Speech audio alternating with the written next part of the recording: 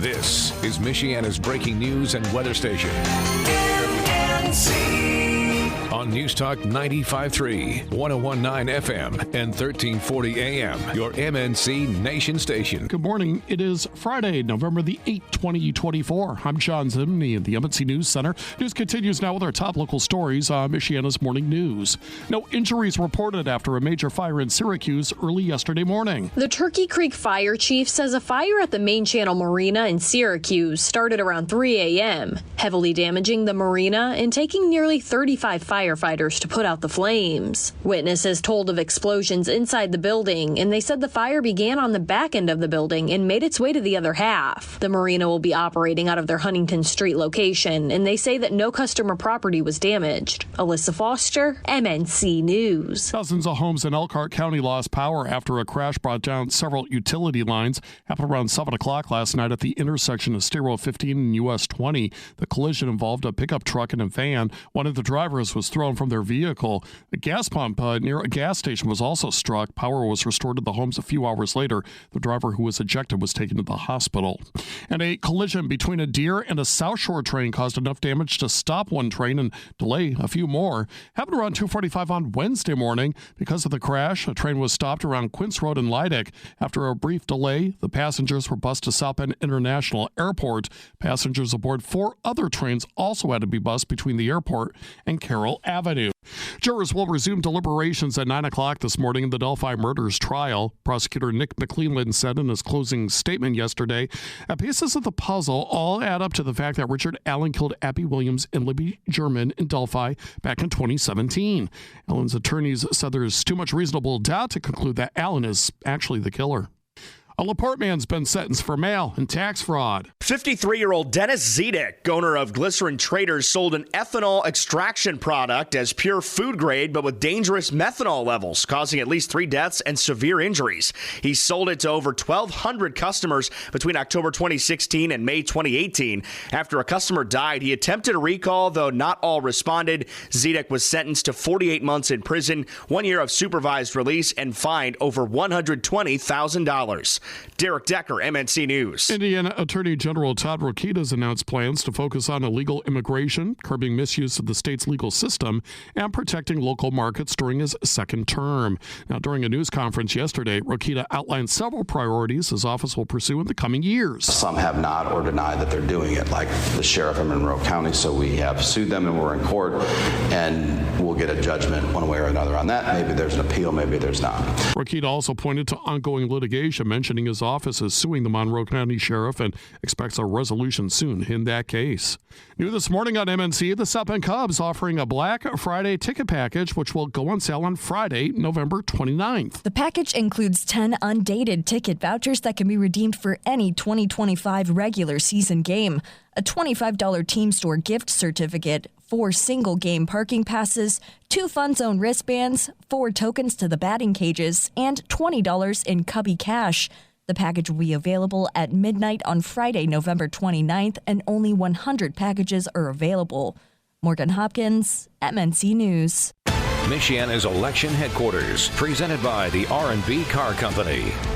Well, check this out. A disgraced Michigan Township supervisor who resigned after a sex scandal has won re-election. It wasn't just any victory. It was a landslide. Preliminary results in Michigan show former Delta Township Supervisor Ken Fletcher won back his seat with nearly 89% of the votes. The Democrat resigned on September 3rd after being accused of engaging in sexually explicit conversations with a police officer posing as a 15-year-old boy on the dating app Grindr. Local media report that Fletcher's name was kept on the ballot due to state election law. He has until January 1st to decide if he will accept the position. Carmen Roberts, Fox News. Crazy stuff. By the way, Fletcher pleaded not guilty to 2 felony charges and is currently out on bond. New this morning on MNC, the FBI reports Indiana seniors lost nearly $38 million to fraud last year. The Federal Trade Commission says fraudsters used weather disasters to lure unsuspecting Hoosiers to shell out dollars to a fake charity. Con artists are also using technology to trick voters into donating to a bogus political cause or to spread false information. FTC Attorney Matt Schultz says imposter scams are the most frequently reported type of fraud. Unfortunately, I've seen reports that people are using artificial intelligence to clone voices, or at least trying to, so the person calling may sound like a friend or a family member or a famous person, a politician. He says if you've received suspicious phone calls or emails requesting money or private information, slow down and talk with a trusted family member or friend before doing anything. The FBI ranks Indiana 25th on its list of 57 most scam states and U.S. territories. That's Joe Ullery reporting. The fate of Delphi murders suspect Richard Allen is now in the hands of the jury. Beyond a reasonable doubt is the standard for the jury. That was the reminder from Special Judge Fran Gall. She also reminded the jury that Allen's lack of testimony is not to be held against him. The state claimed to have proven Richard Allen used his gun to control Abigail Williams and Liberty German before killing them. The defense says police were desperate for an arrest and, in the process, charged the wrong man with a flimsy case. A man accused of robbing an Elkhart gas station has appeared in court. 45-year-old Adam Hoopingarner is believed to have robbed the Phillips 66 on South Main Street in September. Police were called for the robbery in progress, where they were told that a man threatened the cashier with a long rifle. The suspect allegedly threatened to kill the attendants and claimed that he had killed someone before. Surveillance footage was released, and the suspect was identified as Hoopingarner. He was detained on September 22nd, and his jury trial is set for March 3rd. Alyssa Foster, MNC News. From Michiana's election headquarters, here we go into day number 3 after the election, but ballot counting is still underway in Elkhart County as election workers there are counting absentee ballots. A technical glitch on Tuesday night left those ballots uncounted. The Elkhart County clerk said the delayed votes could affect the outcome of school board contests. People in power are using their positions to gain an advantage, so says Indiana Attorney General Todd Rokita, who claims the Indiana Disciplinary Commission is using legal tactics for political purposes. They're not accountable to anybody. And you saw what I know to be frivolous complaints filed against me by political opponents.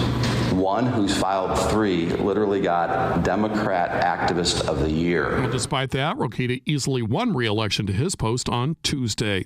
The inaugural arrival of Breeze Airways from Washington Dulles to South Bend International Airport is set for this morning just before 10:30. The Breeze flight will land at gate number 4. City, county, airline, and airport leaders will host a ribbon cutting before the plane arrives and then celebrate with a champagne christening of the aircraft on the ramp. And the Potawatomi Zoo normally closes after Zoo Boo, but warmer weather this year is offering a few more weeks to plan your visit. From 10 in the morning till 4 in the afternoon daily, you can visit the zoo through November 24th, when the zoo will then close for the season. By the way, the zoo's Gift of Lights event is set for weekends beginning November 29th through December 22nd. We're going to see a beautiful day, mostly sunny skies. Afternoon high temperatures up around 57. So we head into tonight, clear skies and cool, drop down to 37. And for Saturday, we start out with sun. We see increasing clouds in the afternoon and chances of rain return on Saturday night. I'm Chief Meteorologist Carrie Peugeot. Breaking news can happen at any time, day or night. Get first word by signing up for Breaking News text alerts from MNC. To get them, just text the word news to 574-25-95-95. Podcasts by Federated Media.